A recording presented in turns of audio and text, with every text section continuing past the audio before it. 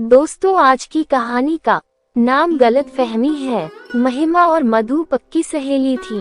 वे दो जिस्म एक जान थी। जब से उन्होंने होश संभाला था तब से वे एक साथ थीं। LKG में साथ ही एक ही स्कूल में प्रवेश लिया, तब से पूरी स्कूलिंग, फिर एक ही कॉलेज से ग्रेजुएशन किया। वे एक दूसरे के बिना रह ही नहीं पाती थीं। कभी महिमा मधु यहाँ खाना खा लेती तो कभी मधु महिमा के यहाँ। समय बीत गया, अब वे बड़ी हो गई तो को उनकी शादी की चिंता हुई। पहले उनके माता पिता अक्सर मजाक में कहते थे कि दोनों की शादी एक ही घर में दो भाइयों से करनी पड़ेगी, पर यथार्थ में ऐसा संभव नहीं हुआ। महिमा की शादी पढ़ाई पूरी होने के बाद 6 माह में ही हो गई। दोनों बिछुड़ गई। महिमा जब भी मायके आती घंटों दोनों समय बिताती, फिर महिमा के जाने के साथ बाद उदास हो जाती। 1 साल बीतते ही मधु की शादी भी हो गई। अब उनका मिलना मुश्किल हो गया, क्योंकि जब महिमा मायके आती तो मधु नहीं होती और जब मधु आती तो महिमा नहीं होती। केवल फोन पर ही दोनों अपने मन की बात कर पाती। धीरे धीरे घर गृहस्थी का बोझ पड़ते ही ये सिलसिला भी कम हो गया और बाद में लगभग बंद हो गया। आज लगभग 8 साल बाद दोनों एक दूसरे को देख खुशी से नाच उठी। हुआ यूं कि मधु महिमा के पड़ोस में ही फ्लैट किराए पर लिया था। वह और उसके पति सुयश अभी ट्रक से सामान खाली करवा ही रहे थे कि तभी महिमा का बेटा जो 6 वर्ष का था आकर बोला, मम्मी, पड़ोस में नए आंटी अंकल रहने आए हैं।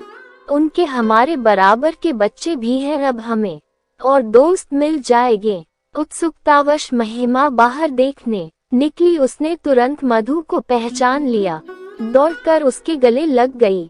मधु भी उससे चिपक गई। महिमा, तू यहाँ है?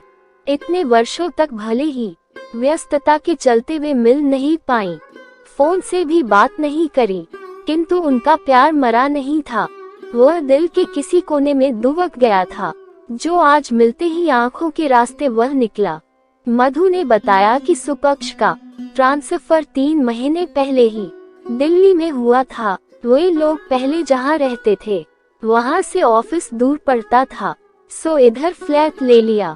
महिमा बोली, चल तू सामान देख, तब तक मैं चाय बना लाली हूँ। अब खाने की चिंता मत कर, शाम को साथ ही बैठकर खाएंगे। शाम को महिमा ने अपने पति अमित से सबका परिचय करवाया। सभी पुरानी बातों के साथ हंसी ठहाके लगाते हुए खाने में व्यस्त थे। बच्चे भी नए 2 दोस्त पाकर खुश थे। अब अमित और सुयश भी अच्छे दोस्त बन गए थे। उनके ऑफिस जाते ही दोनों सहेली शॉपिंग, बाजार के काम करने साथ साथ ही जाती। उनके बच्चों का एडमिशन भी उसी स्कूल में करवाया जहां महिमा के बच्चे पढ़ते थे।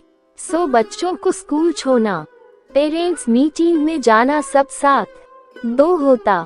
घर में कुछ खास बनता तो एक दूसरे के घर पहुंचाया जाता। छुट्टी वाले दिन अक्सर एक के घर खाना बनता, दूसरा परिवार आमंत्रित होता। उनका यह मेल मिलाप हंसी खुशी पड़ोस में रहने वाली साराजी को बिल्कुल न भाए। अब वह हर समय इस फिराक में रहती कि कैसे इन दोनों में गलत फहमी पैदा कर लड़ाई करवाई जाए। वो हर हाल में उनमें दूरी पैदा करने पर आमदा हो गई। आखिर उन्होंने एक दिन मधु को अकेला पाकर उससे बात करनी शुरू की और ऐसे ही महिमा से भी दोस्ती बढ़ानी शुरू की। किंतु जब वे दोनों साथ होती तो वह उनसे कन्नी काट कर निकल जाती।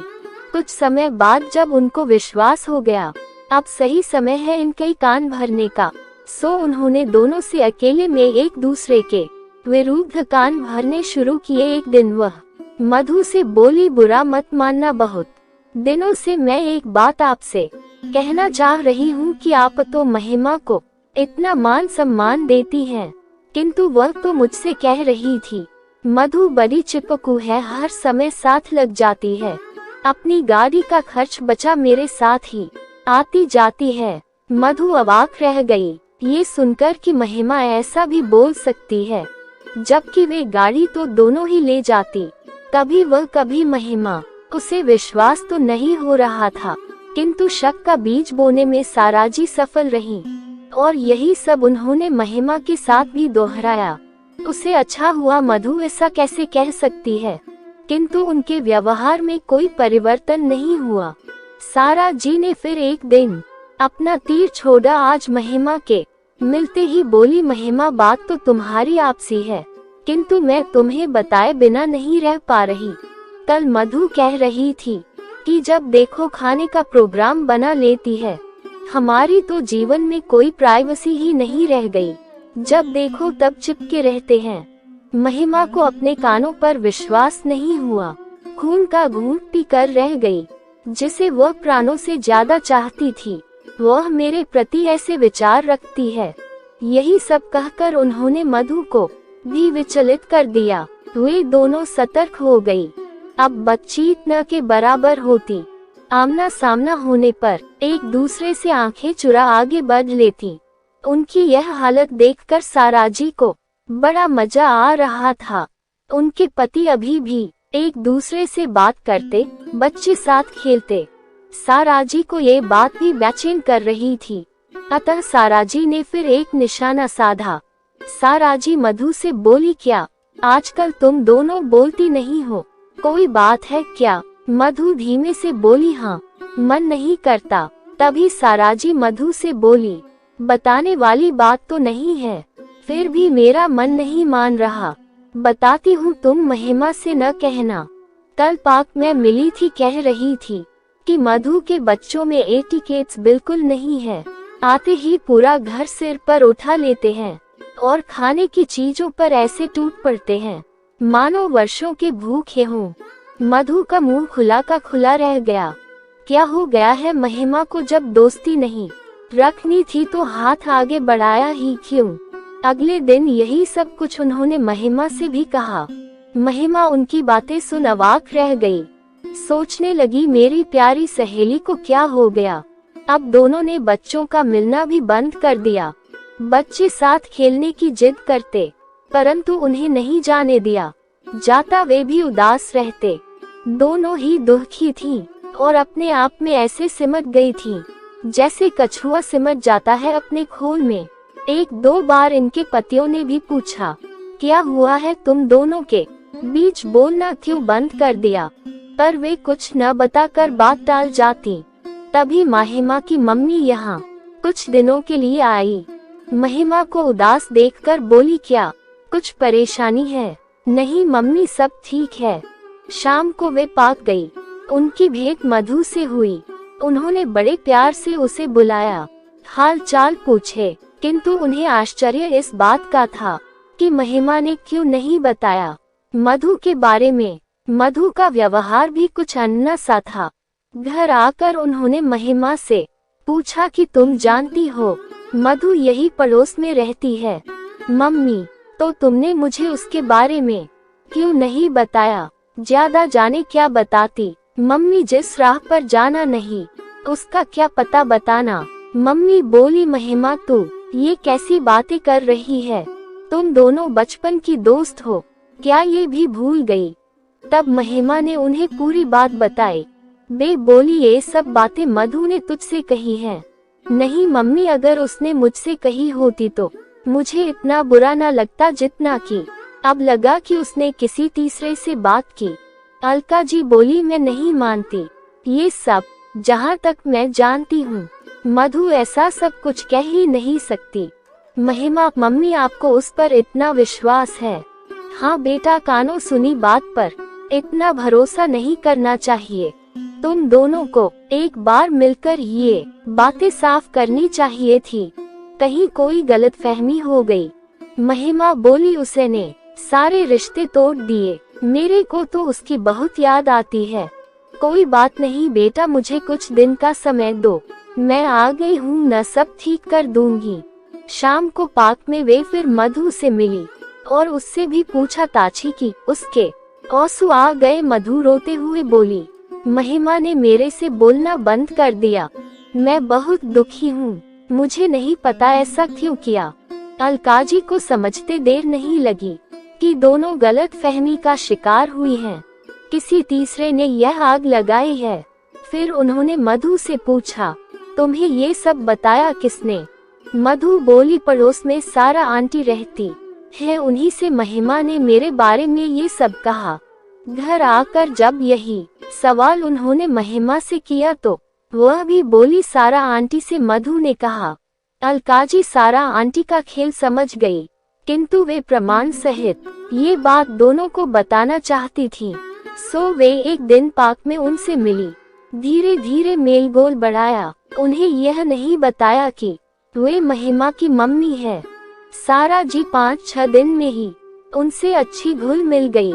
एक दिन अलका जी उनके घर गई और बातों बातों में उन्होंने उन दोनों का जिक्र छेड़ दिया।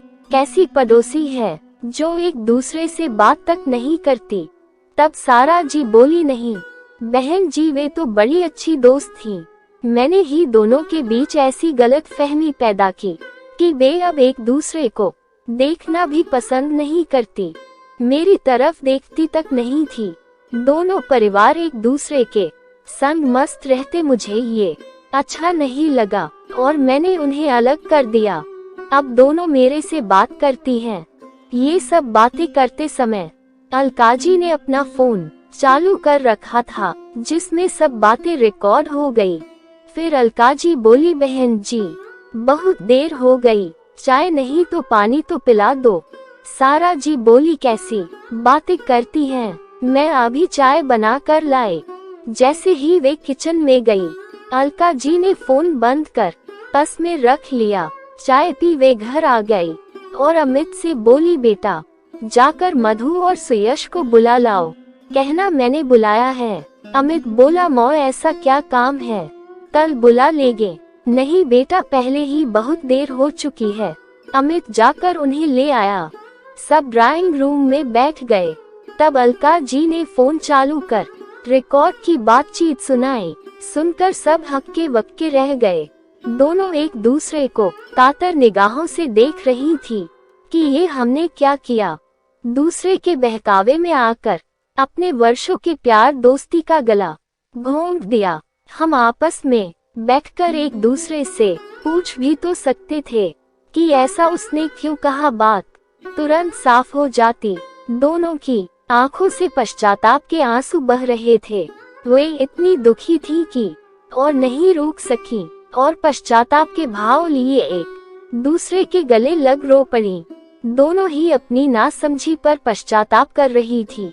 तभी अलका जी ने दोनों को प्यार से समझाया, बेटा कानों सुनी बात पर कभी विश्वास नहीं करते जब तक तुमसे किसी ने स्वयं न कहा हो। देखो कितनी बड़ी गलतफहमी का शिकार हो गई तुम दोनों।